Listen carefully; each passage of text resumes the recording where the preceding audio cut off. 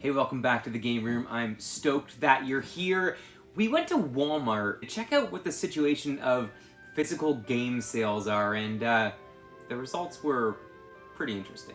As you may or may not know, places like Best Buy and Toys R Us, at least here in Canada, have pretty much cleared out all of their new physical games. It's pretty impossible to find just about anything at those locations now, and places like Walmart sort of seem to be on their way out. The two Walmarts that I'm visiting today have all but reduced their video game sections into three small, double-sided sections for Nintendo, PlayStation, and Xbox. The question is Walmart still going to continue to carry video games? What sort of selection do they have right now? And if they are on their way to clearing out video games, can we find any good deals?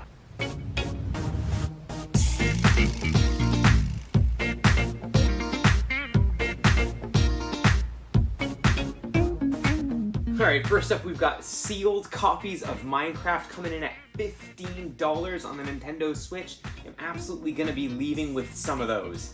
Next up we spot Super Bomberman R2. This one's actually discounted down to $14. And then we got Super Bomberman R for $14. We've got 3 copies on hand, and you better believe I'm taking those.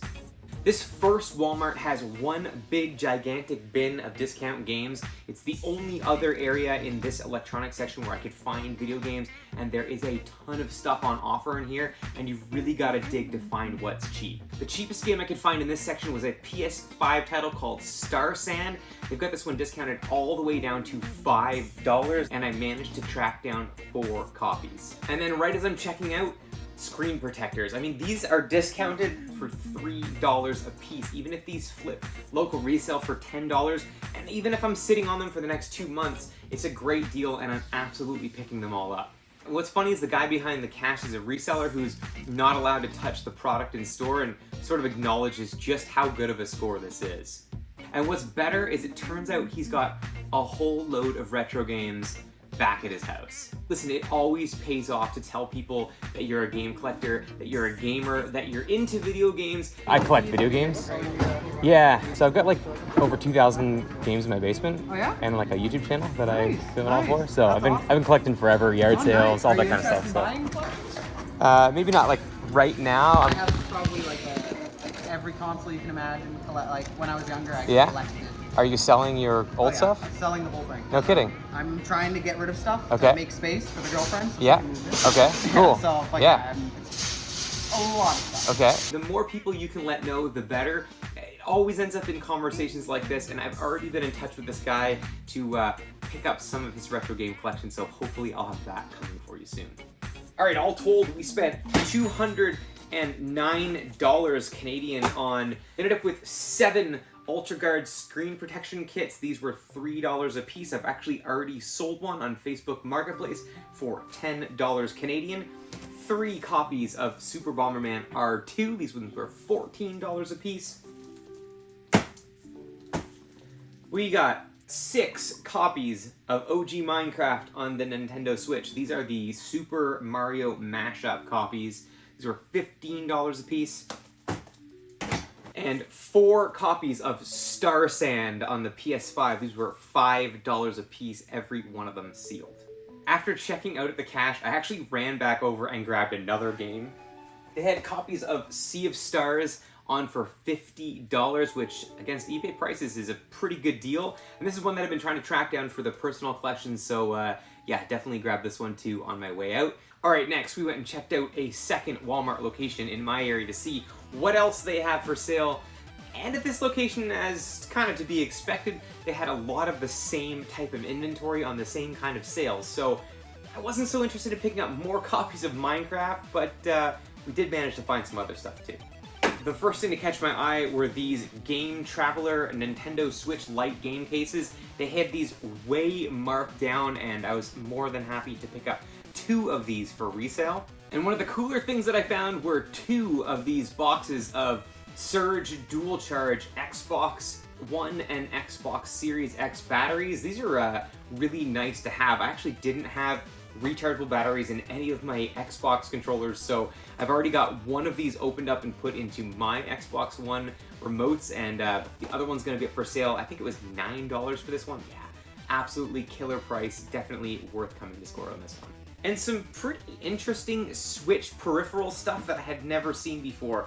First up is this Legend of Zelda Breath of the Wild play stand. This is a stand with adjustable angles, but also allows you to charge your Switch at the same time when you're playing undocked. Pretty interesting little item from Hori.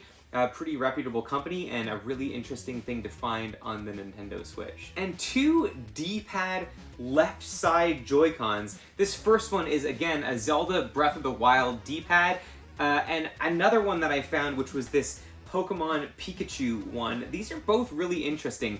What I came to find out later is that both of these are only used for a handheld mode, so they have no vibration, no motion controls, and maybe no wireless connectivity. I'll have to look that up, or maybe you can let me know in the comments. But yeah, two D-pads at the prices these were listed at.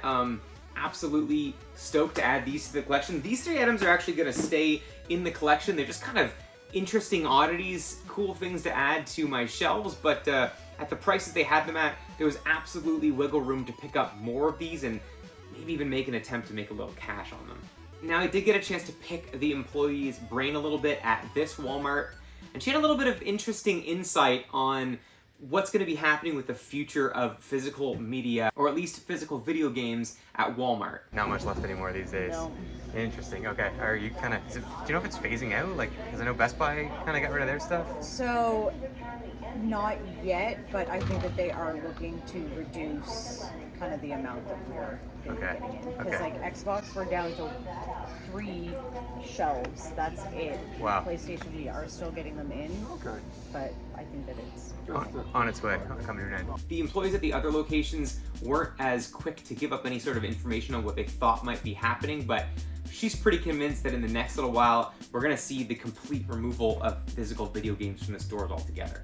A huge $280 Canadian score from Walmart today, and yeah, I'm pretty stoked on some of these scores that I got. Now, before you absolutely destroy me in the comment section, I sell loads of other things in order to afford the games in my collection. I've even done an entire series where I talk about the kinds of things that I flip and resell in order to pay for video games, and honestly, the majority of the things that I resell aren't video games at all. But in rare cases like this, and especially considering that it's Walmart, I don't feel bad at all grabbing up as many discounted copies as I can to see if I can't make a little cash.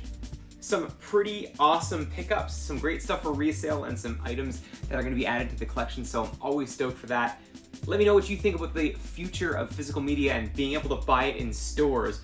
Should we still be getting the chance to buy our games in person and physically hold items before we make a purchase, or are you okay with just buying your games digitally? Let me know in the comments what you think. I'm excited to hear your point of view, and thanks so much for checking out this video. I appreciate all the likes, comments, subscribes, all that good stuff goes a long way in helping my channel grow. I appreciate it, and I'll catch you on the next one.